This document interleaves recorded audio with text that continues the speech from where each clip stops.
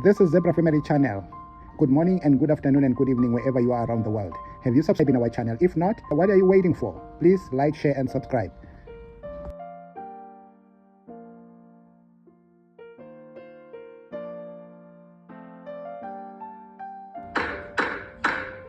Of Homeland Security and I just met with this first flight of South African refugees to arrive in our country pursuant to the President's executive order about certain egregious actions in South Africa.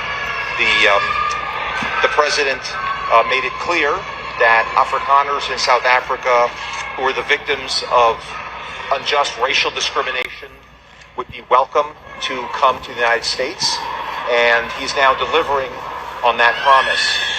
The Deputy Secretary and I just spoke to some of the folks who arrived on this flight, and they tell quite harrowing stories of the violence that they faced in South Africa that was not redressed by the authorities, by the unjust application of the law. The United States, as we were proud to say, stands for equal justice under law and the fair and impartial application of the law. And again, this is a group that has not experienced that and has, to the contrary, experienced violence and really fear for their lives in South Africa. They were really subject to very serious, egregious, and targeted threats. And we wish them well in their journey to the United States. Where your administration is going to welcome them as refugees. Now, this comes as you've halted virtually all refugee admissions for people fleeing famine and war to countries like Sudan and the Democratic Republic of Congo. Why are you creating an expedited path into the country for Afrikaners but not others? Because they're being killed, and we don't want to see people be killed. Now, South Africa leadership is coming to see me, I understand, sometime next week. And, we're supposed to have I guess a G20 meeting there or something, but we're having a G20 meeting. I don't know how we can go unless that situation's taken care of, but it's a genocide that's taking place that you people don't want to write about. But it's a terrible thing that's taking place, and farmers are being killed. They happen to be white, but whether they're white or black makes no difference to me. But white farmers are being brutally killed, and their land is being confiscated in South Africa. And the newspapers and the media, television media, doesn't even talk about it. If it were the other way around, they'd talk about it. That would be the only story they'd talk about. And I don't care who they are. I don't care about their race, their color. I don't care about their height, their weight. I don't care about anything. I just know that what's happening is terrible. I have people that live in South Africa. They say it's a terrible situation taking place. So we've essentially extended citizenship to those people to escape from that violence and come here. States, not for vacation, not for business, but as refugees. Yes, refugees. And no, this isn't a plot twist from a dystopian film. It's real, it's raw, and it's raising eyebrows all the way from Pretoria to Washington, D.C. Your thoughts about the 49 Afrikaners who are now in the United States as refugees? Let me kick off, Collie, by saying I watched your interview with Collie Creel. I found what he said utterly despicable. He should be ashamed. His family should be ashamed of him. He was playing this populist thing of farm murders. He refused to acknowledge that there is no genocide. He kept on talking around and actually shifting the blame. I thought it was despicable. He's become a bit of a Carl Niehaus nowadays, old Cully. I think the 49 refugees is the height of absurdity. And I think every South African who watches this knows there is no genocide. Ek is 'n Afrikaner myself. There is no genocide. We are not being persecuted. Most of us live a privileged life. We have a constitution with a Bill of Rights in which it says you are not allowed to discriminate on the basis of race. We have the Human Rights Commission, we have equality courts, we have an open society, we have a free media. This is just fantasy, and I don't think it's about us. Frankly, Polly, I think this is about Trump's America. They have declared a war against diversity, equality, and inclusion, DEI as they call it, which our version of that is affirmative action and black empowerment. Yeah. And they're grabbing that to demonize us, as if in any reasonable person's mind, after 300 years of colonialism and 50 years of apartheid, we could just sit back and say, let the natural forces, the market forces run with it. We had to do something to build on the ashes of the past. Yeah. But Trump doesn't understand it, and he's aided, like Simon said, aided by Elon Musk and Joel Pollak and other ex-South Africans who maybe had unhappy childhoods in South Africa. Yeah. I'm sorry that they did.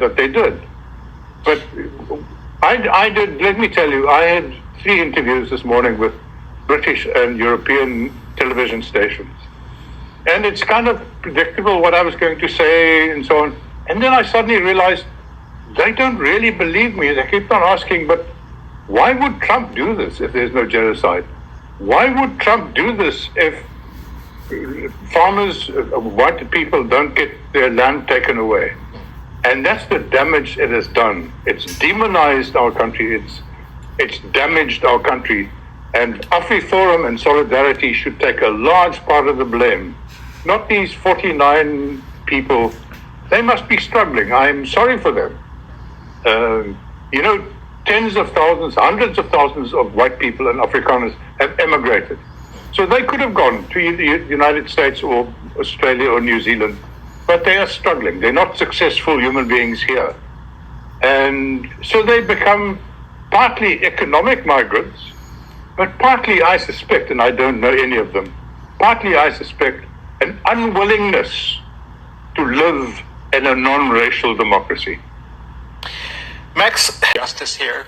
As you mentioned, it's taking places away from refugees who are really being crushed by authoritarian governments and military governments. For these folks who have never had anything happen to them. I mean, Trump amazingly called it a genocide, one of the worst lies I've ever heard him say. There's just been a small handful of farmers that have been killed over the past 10 years. No land has actually been expropriated. So it's just a farce and a sham and a moral ugliness. What happens now that he's taken this step? I don't know. I mean, it's like a Batman movie or something where all the bad guys get collected under one roof. I mean, like, who else do you now go and find other racists who have repressed people and give them refugee status here? It's just, I don't know where it goes from here. But I mean, you even said it. It's like a headline from The Onion. I don't even know how to get more extreme than this. I think it's important for us to understand that the Trump administration is a lot of things. But one thing it certainly is a white nationalist project. And oftentimes we don't want to describe it as such. I'm not reducing it to it because there's greed, there's graft, there's all sorts of things happening around it. But we need to understand the way in which great replacement theory is driving this. There's a sense in which the immigration policy is all about demographic shifts. There's a sense around the assault on voting rights and civil rights, all about who will have the decision-making power to determine who will run the country. And here, this idea that the republic must remain a white nation is evidenced in this move, which is so explicit that it cannot be denied. And so when we don't describe it for what it is, we become, in an ironic way, complicit in what they're doing. It's a white nationalist agenda, it seems to me. I'm going to ask you, where are the Democratic voices offering a different message to the world about who America is today, right now, as this is happening? Look, I think you showed Chris Murphy. I think he's one of the people speaking out. And I think that Democrats are speaking out. I think the problem is that just in the time that we've been here, we have talked about Donald Trump accepting a $400 million aircraft from a royal family. We have talked about this instance of white nationalism, which I completely agree. I mean, if Donald Trump just didn't want immigrants, you'd have all of the terribleness we have. But it actually turns out he does want some immigrants. He wants the white Christians from South Africa to be immigrants to this country. You began, when we first sat down, talking about the rationing of pencils, right? A world in which the 11-year-old girl has a quota on the number of pencils she can have. All of these are of a part. They are all of Donald Trump, who wants to be a strongman. He wants to be a dictator. He wants to be able to dictate how he flies, how he lives, who he associates with. He likes associating. I think he likes that he got a plane from a royal family. I don't think he would have taken the plane if it had come from Sweden or Switzerland. I think he liked the idea that it came from, a regime in the Middle East that is run by a royal family. And against that backdrop, you have Democrats trying to fight each of these fires when really what it is just one big blaze. And I think we need to understand that there is, as Eddie said, a through line that connects all of these things together. Thank you guys for connecting all these things together and for being here with me. Family, I just want to ask a simple question. What do you think about all these people who have spoken about the lies that have been peddled by these Afrikaners, white Afrikaners, who want to live as a racist Afrikaners? They cannot live where there are black people. I wonder how they are going to cope in the USA, because in the USA, they will still find the black people, though black people in the USA are not majority. But they are still going to show their true colors as they get there, because what they ran away from in South Africa, they will still meet it overseas in USA. The lies that have been peddled, that they are being killed, this genocide of white people in South Africa, it is not factual. When you listen to all the speakers who have just spoken here, they are all saying one and the same thing, that they don't understand, because white Afrikaners in South Africa are the most privileged people when black people are living in squatter camps, whereby their land was stolen by the same people who are complaining today, saying their land is being confiscated from them, which is not true. Let us see if in the USA they are going to build their own state in America, like they were doing in South Africa, building a state in a state, which is Kleinfontein and Oriana, whereby they want to live by themselves. They don't want any other person around them who is not of their tribe or an Afrikaner. I hope as they get overseas, they will be given a big land where they will build their own state in the USA, like they wanted to do in South Africa.